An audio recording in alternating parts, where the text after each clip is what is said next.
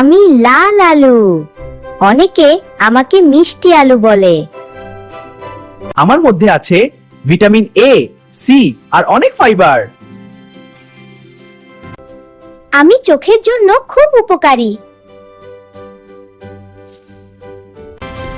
আমি শরীরের রোগ প্রতিরোধ ক্ষমতা বাড়াই।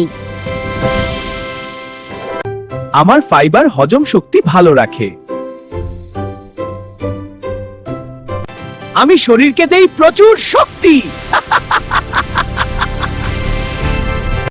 আমি হৃদয়যন্ত্র ভালো রাখতে সাহায্য করি। আমাকে খেলে ওজনও নিয়ন্ত্রণে থাকে। সেদ্ধ করে খেলে আমি সবচেয়ে স্বাস্থ্যকর। তাই নিয়মিত মিষ্টি আলু খান আর সুস্থ থাকুন।